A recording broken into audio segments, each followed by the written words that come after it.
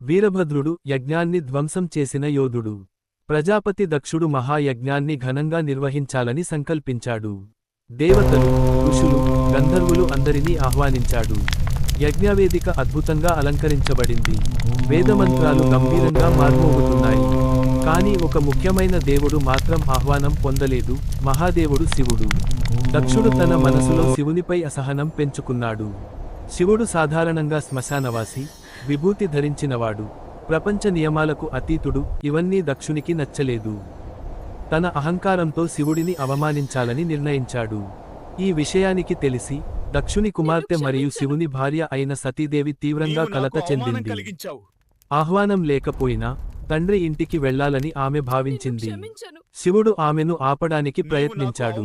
అహంకారం ఉన్న చోట గౌరవం ఉండదు అని హెచ్చరించాడు. కానీ తండ్రి యజ్ఞాన్ని చూడాలని సతీదేవి సంకల్పించింది. యజ్ఞవేదికకు చేరుకున్న సతీదేవిని ఎవరూ సాదరంగా ఆహ్వానించలేదు. దక్షుడు ఆమెను చూసి కూడా గౌరవించలేదు. అంతేకాదు, అందరి ముందు శివుడిని తీవ్రంగా అవమానించాడు. ఆ మాటలు సతీదేవి హృదయాన్ని ఛేదించాయి.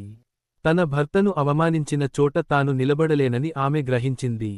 తన మనసులో గాఢమైన బాధతో అగ్నికుండం ముందు నిలబడి సతీదేవి ఇలా సంకల్పించింది: ఈ శరీరం దక్షుని కుమార్తెగా జన్మించింది. ఇకపై ఈ శరీరంతో నాకు సంబంధం లేదు అని చెప్పి ఆమె యజ్ఞాగ్నిలో ఆత్మాహుతి చేసుకుంది. యజ్ఞవేదికపై ఆ క్షణం నిశ్శబ్దం నెలకొంది. దేవతలు దిగ్భ్రాంతికి గురయ్యారు. ఈ వార్త కైలాసంలో ధ్యానంలో ఉన్న శివునికి చేరింది.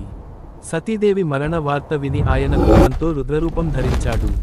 ఆయన జటలను నేలపై బలంగా కొట్టగా ఆ ఉగ్రశక్తి నుండి ఒక భయంకర యోధుడు అవతరించాడు, వీరభద్రుడు. వీరభద్రుడు అగ్నిలాంటి కళ్లతో, మహాఖడ్గంతో యజ్ఞవేదిక వైపు దూసుకెళ్లాడు. అతని గర్జనతో భూమి కంపించింది. దేవతలు, ఋషులు భయంతో తడబడిపోయారు. యజ్ఞవేదికను అతడు పూర్తిగా ధ్వంసం చేశాడు. అహంకారంతో నిలబడ్డ దక్షుడు కూడా వణికిపోయాడు.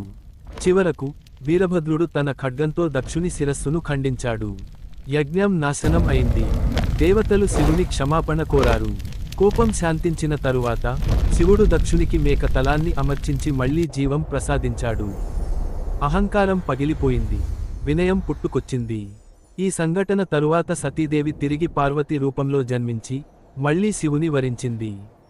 అహంకారం వినాశనానికి దారి తీస్తుంది. భక్తిని, దైవాన్ని